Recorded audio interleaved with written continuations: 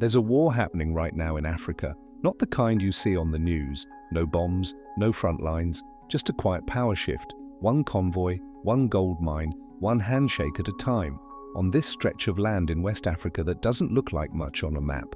Dry, rugged, and scattered with towns you've probably never heard of. But underneath that cracked earth is gold, and not just gold. Manganese, zinc, copper, uranium. Stuff the world runs on. This land is Burkina Faso. And that brings us to the question, why is a US general clashing with a 36-year-old revolutionary in Burkina Faso? Well, you can't talk about that without talking about Wagner, a private military company that's not really private. It's more like Russia's unofficial shadow army, funded by oligarchs, trained by military vets, and deployed to do the Kremlin's dirty work. It was founded by this guy, Dmitry Utkin, a former Russian special forces officer who literally used the call sign Wagner, a nod to his love for Hitler's favorite composer. Utkin brought the military skills, but the money, that came from this man, Yevgeny Prigozhin, a hot dog vendor turned oligarch known as Putin's chef. He bankrolled Wagner and ran it like a business empire. But soon it became Russia's tool for power projection across Africa. They weren't just fighting, they were securing gold mines, diamond fields, and oil contracts. When Ibrahim Traore came to power in 2022, at just 34 years old, he wasn't some polished diplomat. He was a captain in the military who seized power in a coup. Burkina Faso was falling apart. Islamist attacks were escalating. The people were fed up. Traore promised strength, stability, and sovereignty. And one of his first moves? He started distancing Burkina Faso from its longtime military partner, the United States. He turned to a power that doesn't ask too many questions. No democracy demands, no IMF strings, just security and a slice of the gold.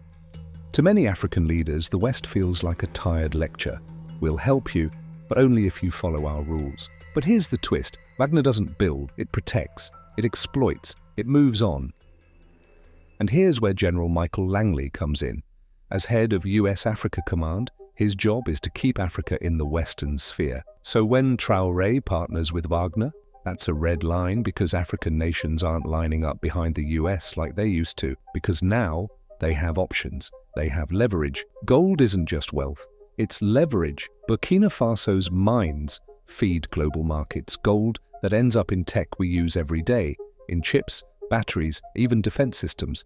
So when Wagner gains control of those mines, they're not just helping Traoré, they're helping Moscow build leverage over the West's supply chains. And this hurts America to the core. But here's the kicker, Wagner isn't just offering security, they were helping lock down mining contracts, some of the richest gold reserves in Africa. And a huge chunk of that gold, it doesn't stay in Burkina Faso. It moves quietly, through shadow networks, private companies, sometimes even diplomatic channels, into global supply chains. The gold ends up in smartphones, in missile guidance systems, in Tesla batteries. Western tech is powered, quite literally, by African dirt. So when Wagner shows up and takes control of gold sites, protected by local militias loyal to Traoré, that's not just bad optics, it's a geopolitical nightmare for Europe and US. From Langley's perspective, this isn't just about Russia encroaching, it's about losing access to the raw materials that keep the modern world running, or rather Western corporations like Tesla, Nvidia, Apple, and many others. And for Traoré, this isn't about ideology, it's about sovereignty. He wants Burkina Faso to be independent, not just from France, but from everyone. And if that means teaming up with Wagner to keep foreign troops out and local gold in, so be it.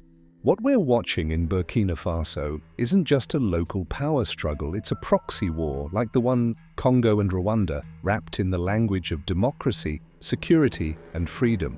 But at its core, it's about who gets to control the resources of a rising continent. Africa has been the battleground for global powers for centuries. What's different now? Young leaders like Traoré aren't playing by the old rules, they're rewriting the playbook. So when General Langley sounds the alarm about Russian influence, or when Wagner digs in deeper, or when another shipment of Burkinabe gold disappears into the global market, know this isn't just about one country. It's about a continent's fight to own its future, and the world powers that are desperate to shape it and own it.